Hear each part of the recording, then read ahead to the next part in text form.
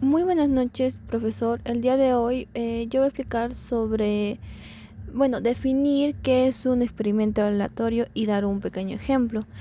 En primero, un experimento aleatorio es aquel que no podemos saber con seguridad el resultado, aunque se realicen varias veces. Un ejemplo de un experimento aleatorio sería el tirar dados para jugar. Podemos tirar los dados varias veces, pero en diferentes ocasiones nos pueden salir diferentes resultados. No siempre van a ser los mismos. Seguimos hablando con lo que es el espacio muestral y evento. El espacio muestral es el conjunto de todos los posibles resultados de un experimento. Un evento, en cambio, es un resultado o grupo de resultados específicos dentro de ese espacio. Por ejemplo, si medimos la presión arterial de varias personas, el espacio muestral sería todos los valores posibles. Y un evento podría ser si ser personas con presión alta. Ese sería un ejemplo para diferenciar el espacio muestral del evento.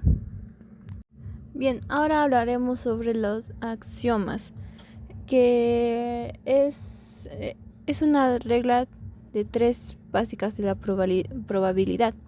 Primero, la probabilidad de cualquier evento siempre será entre 0 y 1. Segundo, la probabilidad de que ocurra algo según es 1.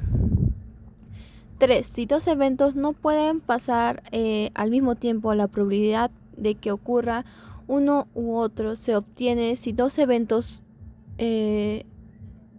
sumando dos probabilidades. Estos axiomas son importantes porque son como la base de todos los cálculos de la probabilidad que usamos en estadística. En quinto lugar tenemos lo que son eventos. Hablaremos sobre lo que son eventos de independientes y probabilidad conjunta. Dos eventos son independientes cuando uno no incluye en el otro, para saber la probabilidad de que ocurran los dos al mismo tiempo. Siempre se multiplican la probabilidad de A por la probabilidad de B. Por ejemplo, que una persona tenga presión alta y ese mismo día llueva son eventos independientes. En sexto lugar vamos a explicar sobre la probabilidad condicional y la probabilidad total. La probabilidad condicional se usa cuando queremos saber la probabilidad de que ocurran algo, sabiendo que ya pasó otra cosa, como por ejemplo la probabilidad de que un paciente tenga la enfermedad dado que tenga ciertos síntomas. La probabilidad total, en cambio, se usa cuando un evento puede pasar varias formas diferentes, ¿no?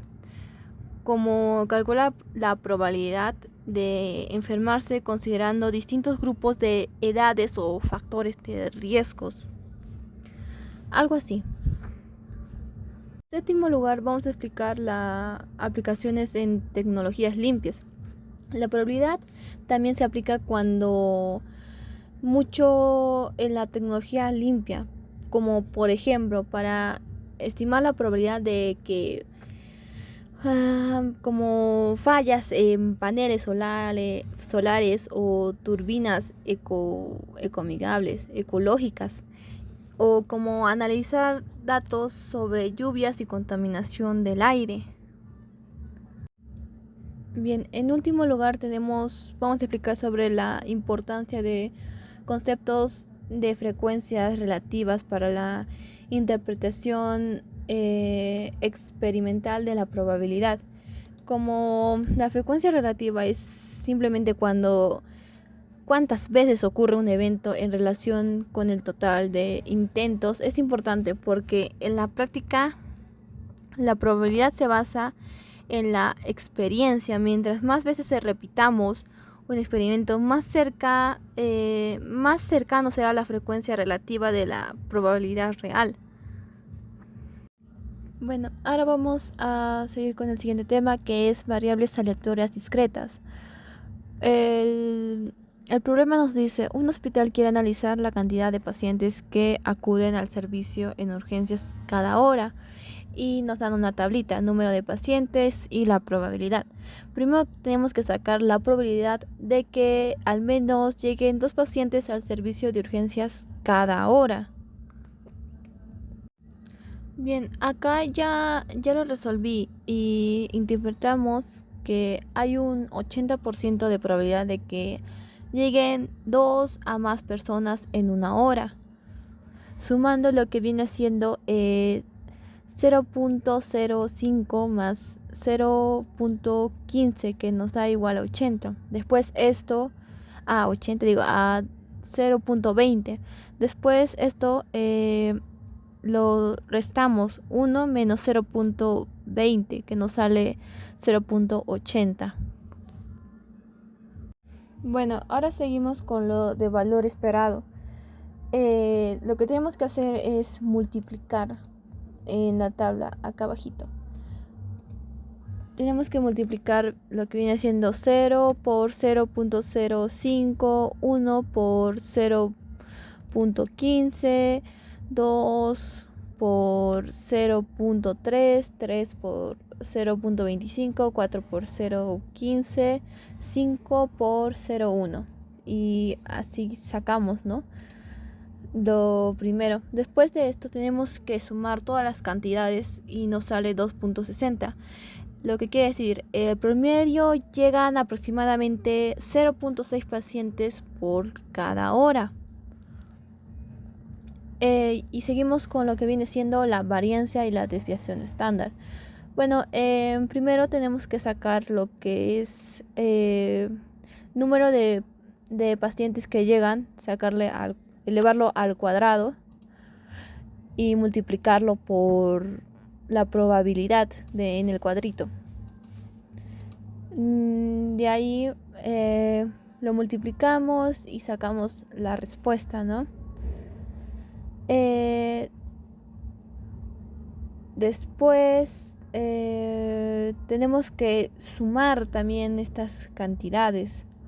0.15 más 0.20 más 0 más 2.25 más 2.40 más 2.50 igual, nos sale igual a 8.50.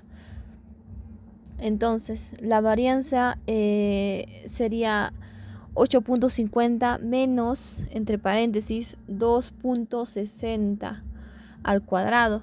Después calculamos esto y nos sale, calculamos lo que viene haciendo 2.60 al cuadrado, lo que nos sale 6.76. Por lo tanto, volviendo a sumar, a restar 8.50 menos 6.76, nos sale 1.14. Después tenemos que sacar la varianza, que es sacar la raíz, que la raíz de 1.74 es 1.32. Entonces la desviación estándar sería 1.32. La varianza nos dice que la dispersión aleatoria del promedio aquí es 1.74 y la desviación estándar es más intuitiva, aproximadamente de 1.32 pacientes. Esto nos indica que en una hora típica el número suele variar entre 1.3 personas respecto a la media. Está evaluando la confiabilidad de una prueba rápida de diagnóstico para una enfermedad viral. La probabilidad de que su prueba detecte correctamente a un paciente enfermo es de 0.9 y se aplica la prueba a 10 enfermos. Acá tenemos lo que viene haciendo la fórmula de la distribución binomial. Y hice un cuadrito como para guiarnos mejor, porque solo tenemos que reemplazar datos. Bueno, para seguir tenemos la primera pregunta, que es: calcula la probabilidad de que exactamente 8 pacientes obtengan resultados positivos. Primero, la probabilidad de que excedan 8 pacientes obtengan este resultado es el de 0.1937. La probabilidad, lo que significa que hay un 19.37% de probabilidad de que 8 pacientes de los 10 salgan positivos. Bueno, en segundo lo saqué en la calculadora porque es solo cambiar datos. Si queremos saber la probabilidad de que al menos 7 pacientes den positivo, sumamos desde 0 hasta 6. El resultado es de 0.0104, o sea, aproximadamente un 1% de probabilidad. Algo muy poco probable.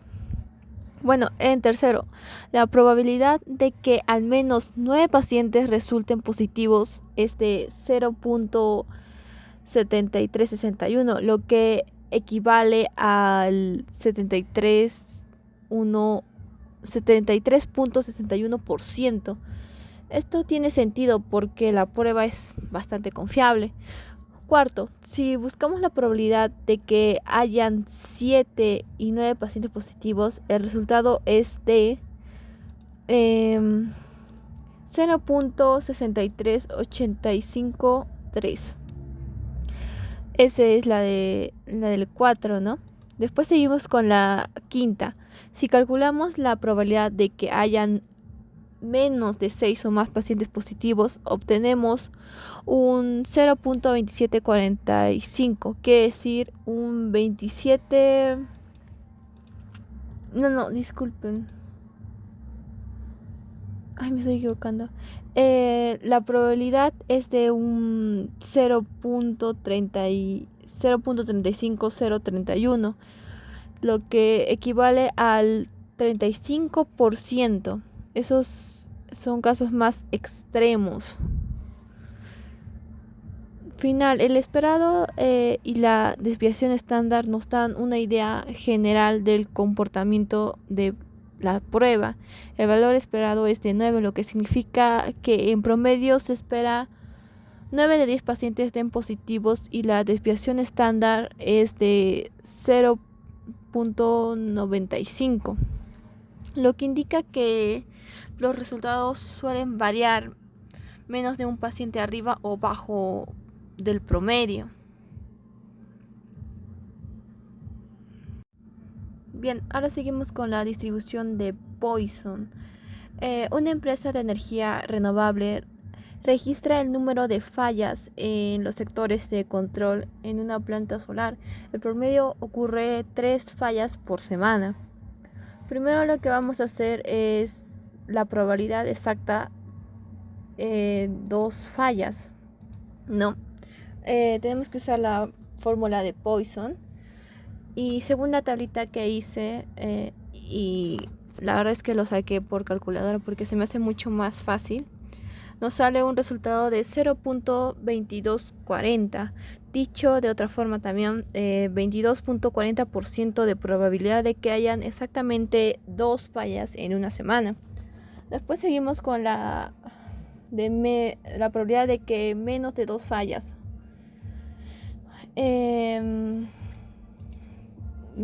Según mi tablita nos dice que es el 0.1991, es decir, el 19.91%, o sea, casi 1 de cada 5 semanas tendrá al menos de 2 fallas. Bueno, la probabilidad de que haya menos de 4 fallas, calculando esto, y da aproximadamente 0.3528, es decir, el 35.28%. Eso significa que poco más de una de cada 3 semanas habrá 4 o más fallas. Después tenemos entre 2 y 5 fallas. Sumando el P2 a P5, resulta que hay un 0.7169, o sea, es un 71.69%. La mayor parte del tiempo veremos 2 y 5 fallas por semana. Después seguimos con menos y a más de 5 fallas. La probabilidad de que hayan 0 fallas o más de 5 fallas aproximadamente es del 0.1337, es decir, el 13.37%. Son casos más extremos, o ninguna falla o pico más grande de las fallas por semana, ¿no? Después seguimos con el valor esperado de la desviación estándar. El valor esperado de la media son 3 fallas por semana. La desviación estándar es de 1.73 fallas. Eso nos quiere decir que el promedio de la variedad es alrededor de 1.7 fallas. Después seguimos con la probabilidad condicional. Si hubo al menos 2 fallas, ¿qué probabilidad que sean exactamente 4? El resultado es aproximadamente 0.2098, es decir, 0.98%. En otras palabras, si sabemos que hubo al menos 2 fallas, hay un 21% de probabilidad de que hayan sido exactamente 4, porque podemos redondear el 20.98%, ¿no? Ahora seguimos lo que viene siendo la distribución normal.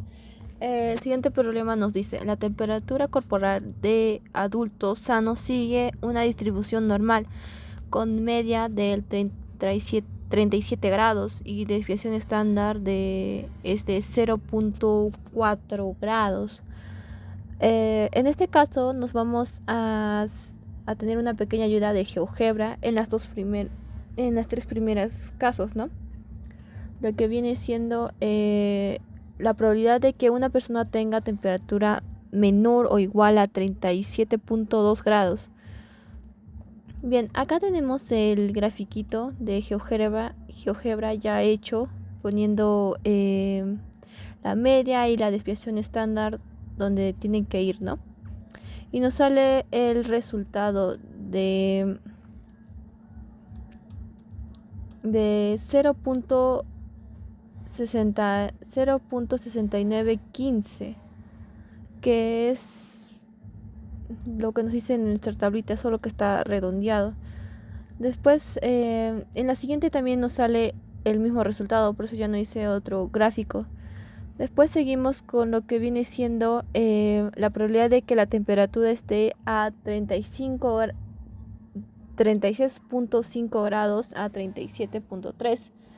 Bien, usamos GeoGebra y nos sale 0.6677, igual que en nuestra tablita de acá arriba.